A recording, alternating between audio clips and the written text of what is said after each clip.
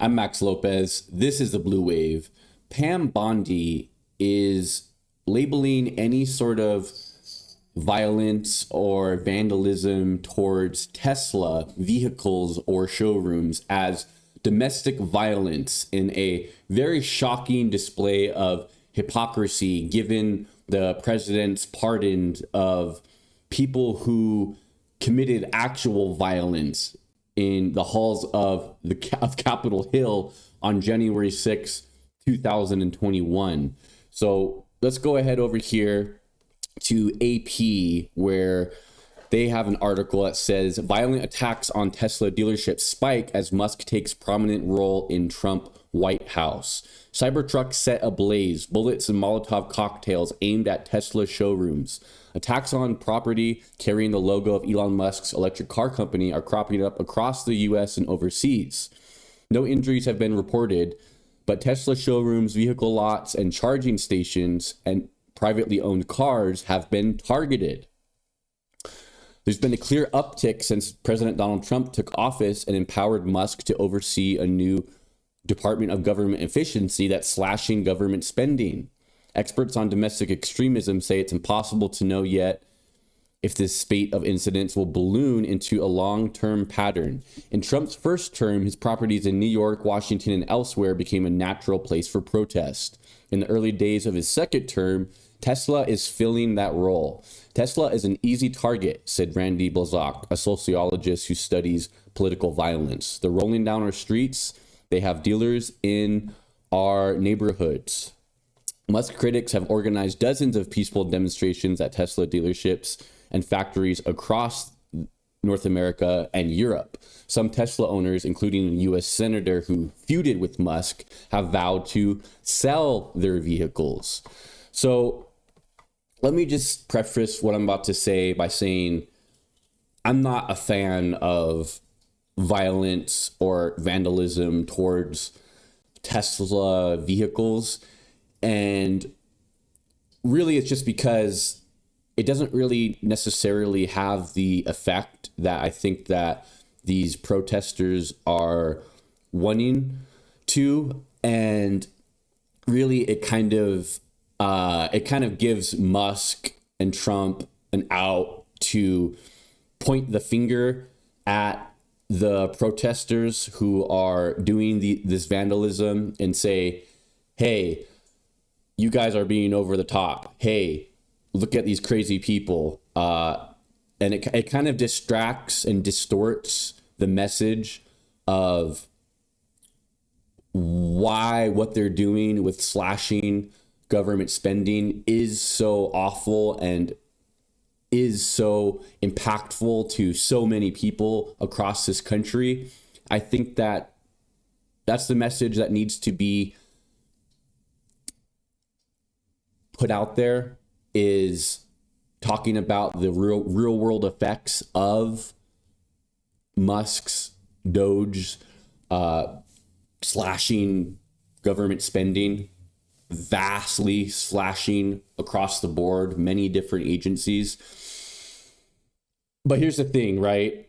When MAGA and President Donald Trump, in fact, have gone out of their way many times to downplay what happened on January 6th when domestic terrorism was alive and well in the halls of our Congress, it kind of makes me not feel bad for Elon Musk and for Tesla at all. Even though I do disagree with the vandalism,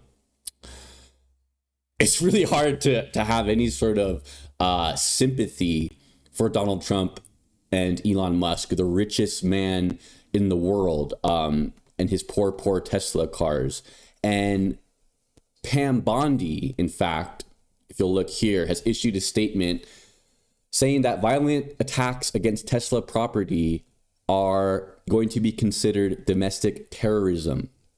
She says the swarm of violent attacks on Tesla property is nothing short of domestic terrorism. The Department of Justice has already charged several perpetrators with that in mind, including cases that involve charges with a 5-year mandatory minimum sentences. Okay, so let's go on over here to just to kind of do a little compare and contrast of what the Republicans consider to be a peaceful walk in the park that happened on January 6th. Let's look at some of the vandalism that the Republicans have continually downplayed that happened on January 6th. So here's a picture of broken benches and shattered windows in the Capitol, broken windows and shattered glass.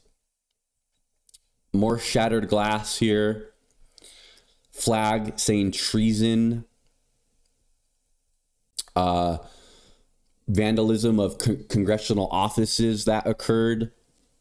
Notes left on the desks of elected Congress people.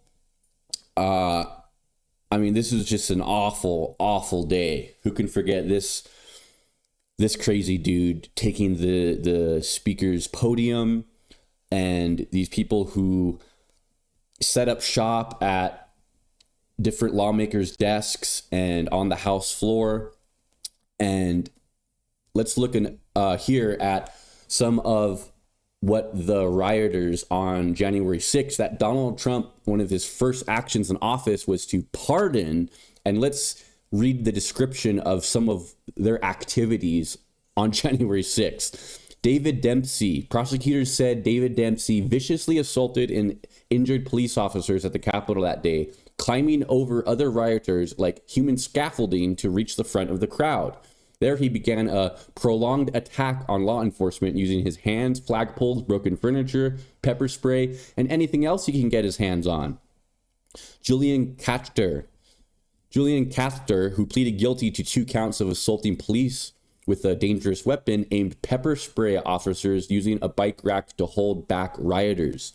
One officer he sprayed, identified as Officer B.S. in court documents, was later identified as Brian Sitnick, a Capitol officer who had 2 strokes and died of natural causes the day after the riot. Cather sprayed another officer identified in court documents as Officer C.E., who was later identified as Carolyn Edwards, one of the officers who testified before the now defunct January 6th Select Committee.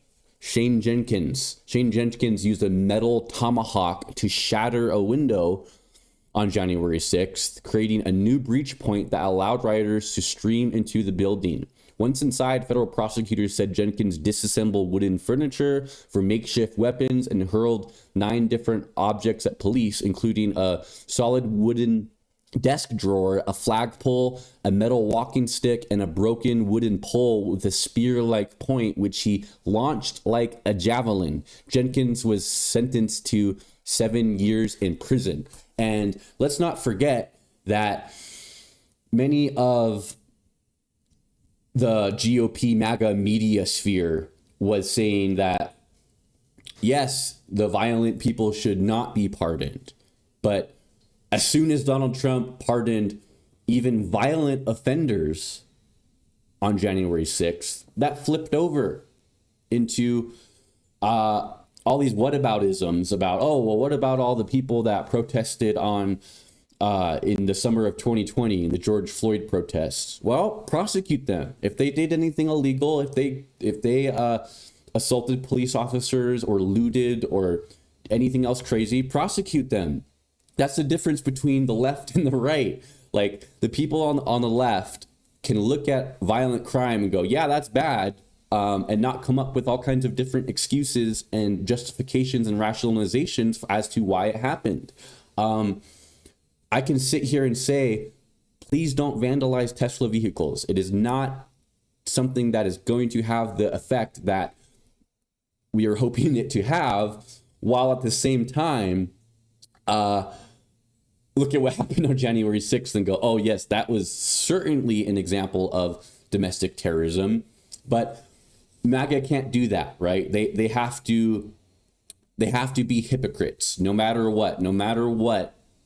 They have to be hypocrites, and they have to totally dismiss the violence that happened on January 6th in order for them to be able to criticize Democrats and criticize people who are acting out against their platform. So not shocking or too surprising that Pam Bondi here would label violence against Teslas as domestic terrorism while totally giving the January 6th rioters a pass and legal protections, and support the guy that has pardoned the people who committed such terrible acts of violence against our democracy on January 6th.